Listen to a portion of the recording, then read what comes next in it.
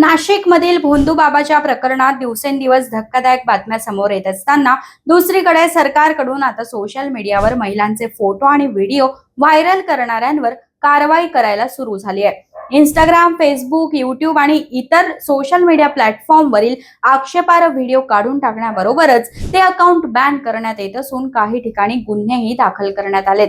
या प्रकरणात जे अकाउंट बॅन करण्यात आलं त्यातलं प्रमुख नाव म्हणजे विठ्ठल कांगणे सर। ज्या शिक्षकाने सोशल माध्यमाचा वापर करून स्पर्धा परीक्षा, पोलीस भरती आणि समाजातील चालू घडामोडींवर वास्तव मांडलं, त्यांचं इंस्टाग्राम अकाउंट बॅन करण्यात आलंय। या प्रकरणात आक्षेपार्ह फोटो आणि व्हिडिओ व्हायरल करणाऱ्यांवर कुठे कुठे गुन्हे दाखल झालेत? विठ्ठल कांगणे मास्तरचं इंस्टाग्राम अकाउंट का बंद करण्यात आलंय?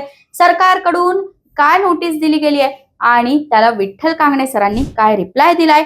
त्यांच्या समर्थनार्थ सोशल मीडियावर कोण कोण आवाज उठवतोय आणि खबरदारी म्हणून अशोक खरात प्रकरणातील फोटो आणि व्हिडिओ व्हायरल केले असतील तर काय करायला हवं? एकंदरीत या सगळ्या प्रकरणाची या व्हिडिओत आपण माहिती घेणार आहोत। नाशिकमधील अशोक खरात प्रकरणात त्याच्या दिवसेंदिवस अडचणी वाढत चालल्या असून या प्रकरणात राज्य महिला आयोगाच्या अध्यक्ष रुपाली चाकणकर यांना राजीनामा द्यावा लागलाय।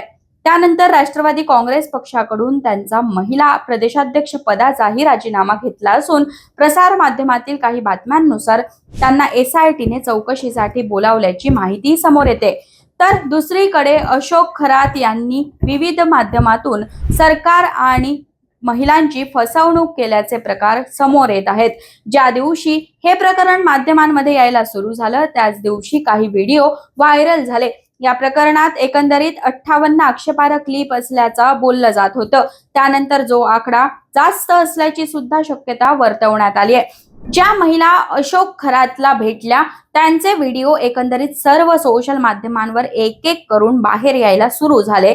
त्यावेळेस अशा प्रकरणात महिलांची ओळख उघड करणं गुन्हा असल्याचं नमूद करत सरकारने असे व्हिडिओ व्हायरल करणाऱ्यांवर गुन्हे दाखल करण्याचा इशारा दिला। मुख्यमंत्री देवेंद्र फडणवीस यांनी विधिमंडळाच्या अधिवेशनात अशोक खरात प्रकरणाची सर्व माहिती दिल्यानंतर 2 दिवसांनी त्यांनी स्पष्टीकरण देत ताकीद दिल्यावरही अनेक ठिकाणी व्हिडिओ व्हायरल करणं सुरूच होतं। त्याचाच परिणाम म्हणून सरकारकडून गुन्हे दाखल करण्यास सुरुवात झाली। या प्रकरणात नाशिकमधील महानगरपालिकेत जी मंडळी पाणी सोडतात त्यांचा एक ग्रुप ज्यावर हे व्हिडिओ एकमेकांना फॉरवर्ड केल्याची माहिती पोलिसांना मिळाली। त्यावेळेस त्यांनी एकाच वेळी 40 जणांवर गुन्हे दाखल करून चौकशीसाठी त्यांना बोलावलं। तर त्या ग्रुपमधील इतर काही लोकांनी कारवाईच्या भीतीने आपले कामकाज सोडून फरार झाले। या सगळ्या प्रकरणामुळे नाशिक महानगरपालिकेच्या पाणी पुरवठा विभागावर मोठा परिणाम झाला। तर अहिल्यानगर मधील 3 तरुणांवर अश्लील व्हिडिओ सोशल माध्यमांवर व्हायरल केल्याप्रकरणी कोपरगाव पोलीस ठाण्यात गुन्हे दाखल करण्यात आले। यामध्ये राहुल शिंदे, योगेश आढाव आणि बीड जिल्ह्यातील संदीप गर्जे या तरुणाचा समावेश आहे। त्यातील दोघांना अटक केली असून एक जण फरार आहे।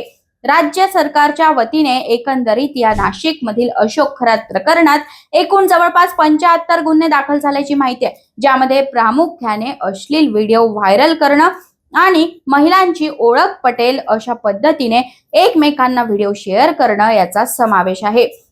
याशिवाय सरकारच्या गाईडलाईन नुसार सोशल मीडिया प्लॅटफॉर्मला काही नोटिसा देऊन विविध अकाउंटवरील व्हिडिओ सध्या काढण्याची प्रक्रिया सुरू आहे। त्यातील काही अकाउंट्सला बॅन देखील करण्यात आलंय। यातलं प्रमुख नाव म्हणजे विठ्ठल कांगणे सर।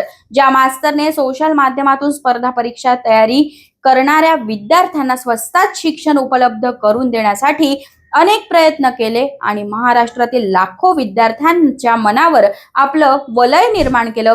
त्यांची इंस्टाग्राम आयडी बंद करण्यात आली। इन्फॉर्मेशन टेक्नॉलॉजी ऍक्ट 2002 च्या 79(3)(b) कलमानुसार सरकारने इंस्टाग्रामला नोटीस देऊन एक व्हिडिओ काढून टाकण्याची कारवाई करण्याचे आदेश दिले आणि इंस्टाग्रामने तो व्हिडिओ काढून टाकत आयडीच बॅन केली।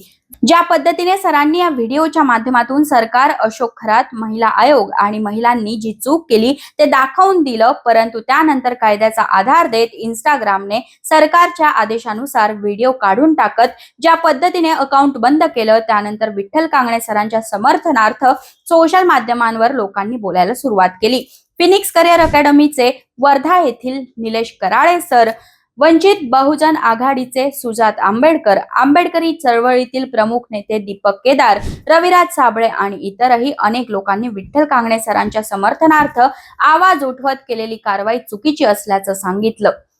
मात्र या प्रकरणात विठ्ठल कांगणे सरांनी स्वतः जास्तीचं बोलणं टाळलं असून त्यांनी आपलं अकाउंट परत येण्यासाठीचे प्रयत्न सुरू केले असल्याची माहिती दिली. ज्या पद्धतीने जुन्या काळात समाज सुधारकांनी इंस्टाग्राम, फेसबुक, युट्यूब नसतानाही आपले समाज सुधारण्याचे काम सुरू ठेवले आणि त्यांच्याच विचारांवर हा देश सध्या चालतोय, त्यामुळे आमचा इंस्टाग्राम आयडी बंद करून कुठलाही परिणाम होणार नाही आणि आमचा आवाज बंद होणार नाही. आम्ही सत्याच्या बाजूने विचार मांडत राहणार असल्याचं मत त्यांनी मांडलं.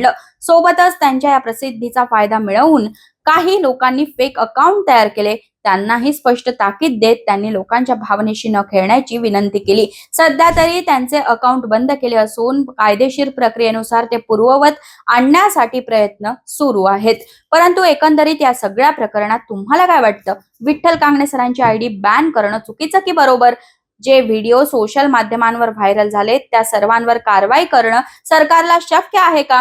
ज्या लोकांनी अनवधानाने आणि भावनेच्या भरात व्हिडिओ व्हायरल केले त्यांच्यावर कारवाई करून गुन्हे दाखल करणं बरोबर आहे का? कमेंट करून जरूर सांगा आणि अशाच व्हिडिओसाठी story.com ला सबस्क्राईब करा.